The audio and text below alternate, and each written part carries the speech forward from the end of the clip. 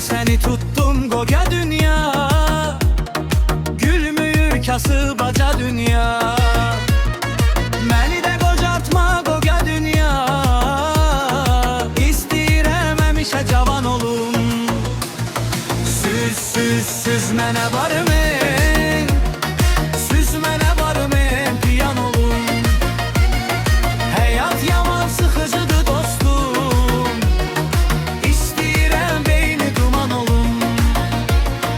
Süz mənə barmen, süz mənə barmen, piyan olum. Həyat yaman sıxıcıdır dostum, İstəyirəm beyni duman olum.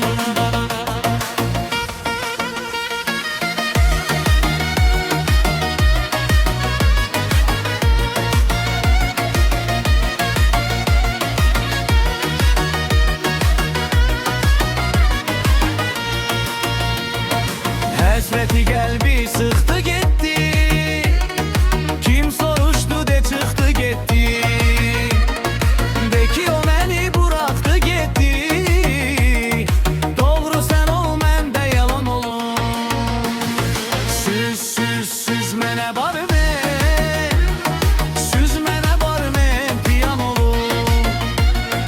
Həyat yaman sıxıcıdır dostum, İstəyirəm beyni duman olum.